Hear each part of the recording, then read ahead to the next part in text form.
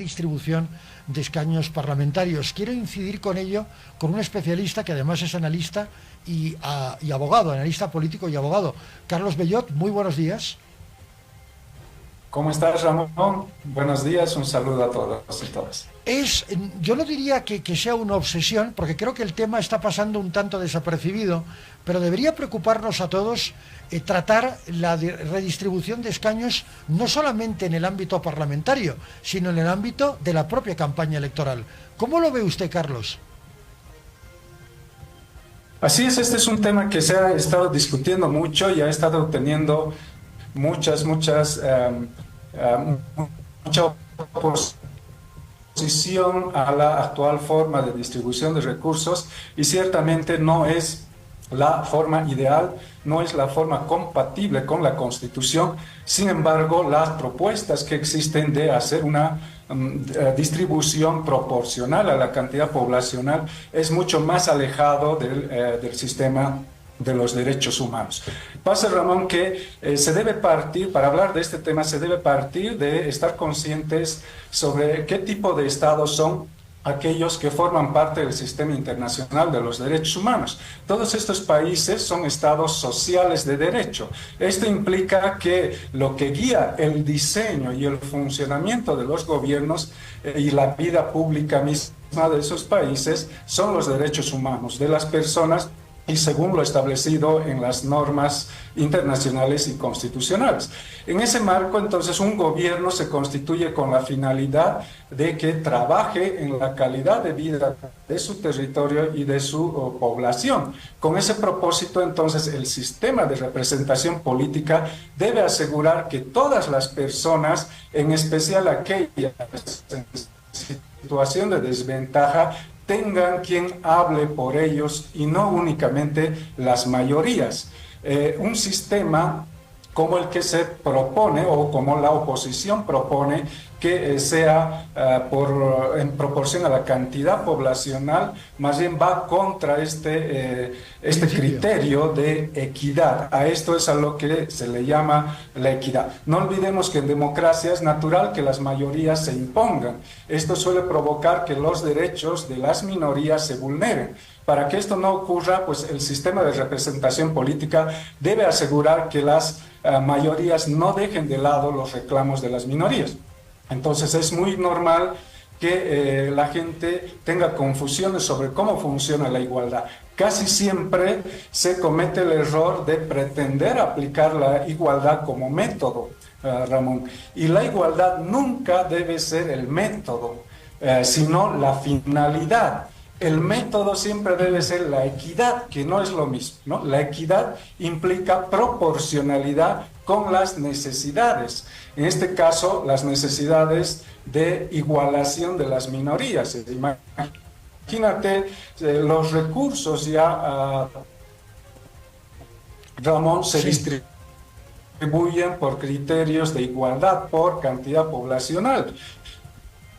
Donde hay mayor calidad de riqueza, extrema incluso, y sin embargo una muy poca plata va a las áreas rurales y gran parte del dinero ya se va a los lugares donde ya tienen todo. Fíjate eso, encima que el sistema de representación política sea de la misma manera, imagínate a qué nivel de pobreza llegaría el país. Ciertamente, en ese sentido tiene usted toda la razón. Lo que se cuestiona desde algunos ámbitos, sobre todo de la oposición política y en el bloque de unidad, esto está cobrando mucha fuerza, es que esa representación que directamente está vinculada con un grupo muy vulnerable de la población, que son las naciones indígenas, no tenga la calidad de representación que merece tener. Es decir, ya no estamos hablando de una meritocracia, pero sí de una calidad política. No es simplemente representar al pueblo porque lo dice la ley, por un concepto de derechos humanos, sino que esa representación debe significar algo para el desarrollo de esos mismos pueblos, Carlos. Así es, existen dos tipos de representación política, ¿no? La representación numérica, esto que una persona o una cantidad de personas representen a un determinado grupo poblacional, ya sea territorial o grupos poblacionales dentro del grupo general, digamos. El otro es la representación sustantiva, es decir, que esas personas hablen efectivamente en favor de sus representados. Ciertamente tenemos muchos problemas en la representación sustantiva. No todos los representantes hablan por sus representados. Y para que esto mejore se debe hacer que las mismas personas elijan a sus representantes. Actualmente, Ramón, la mitad de los diputados y el total de la Cámara de Senadores no son electos por la población. Entran de la mano del voto para el presidente. Entonces ellos naturalmente van a creer que han sido elegidos o designados por el presidente y no por la población.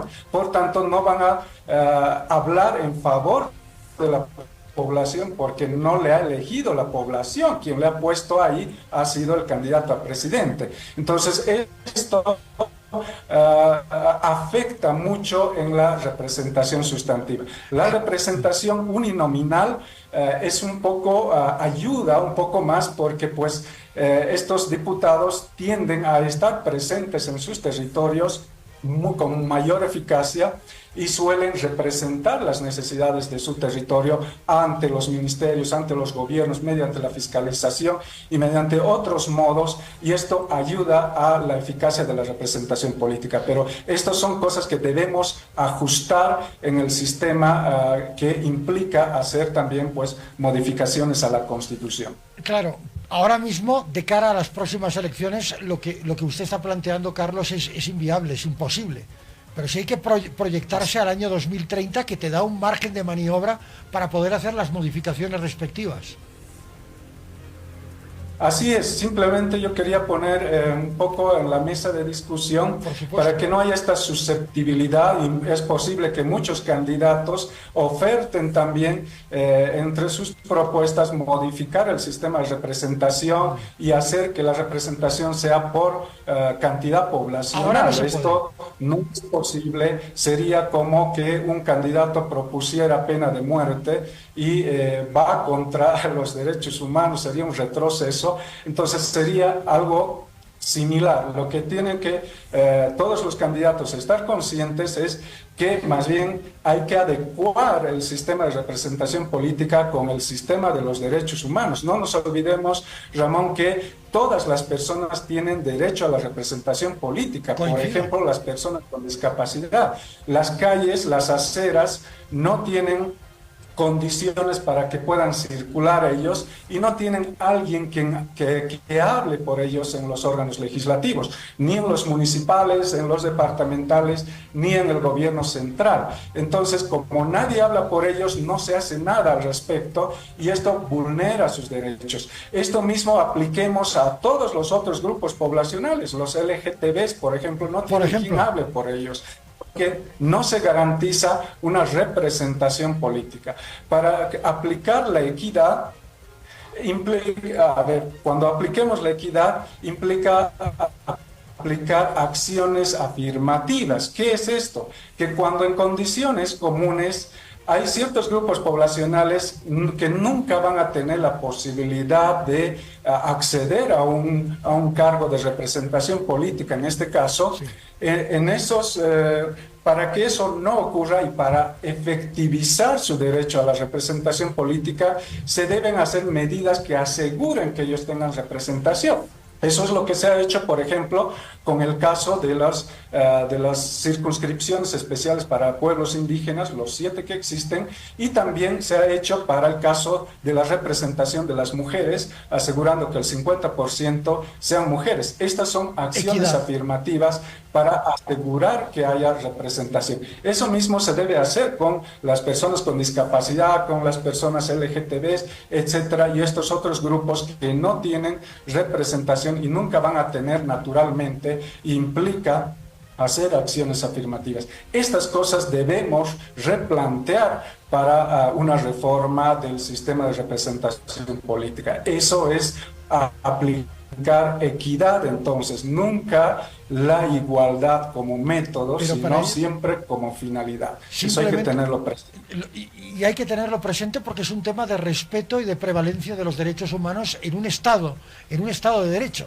Pero como vivimos en un Estado inconstitucional de no derecho, eso ya se va pervirtiendo y se va a ir manipulando en función de ciertos intereses políticos, y para mí ese es el riesgo. Que algo que nace desde una idea principista de luchar en defensa de los derechos humanos, luego sea susceptible de ser manipulado. Nos tenemos que ir. Carlos, un abrazo enorme y gracias. Gracias a todos, Ramón, y a ti por el Día del Padre. Felicidades. Y a todos quienes nos ven. Muchísimas gracias. Nos tenemos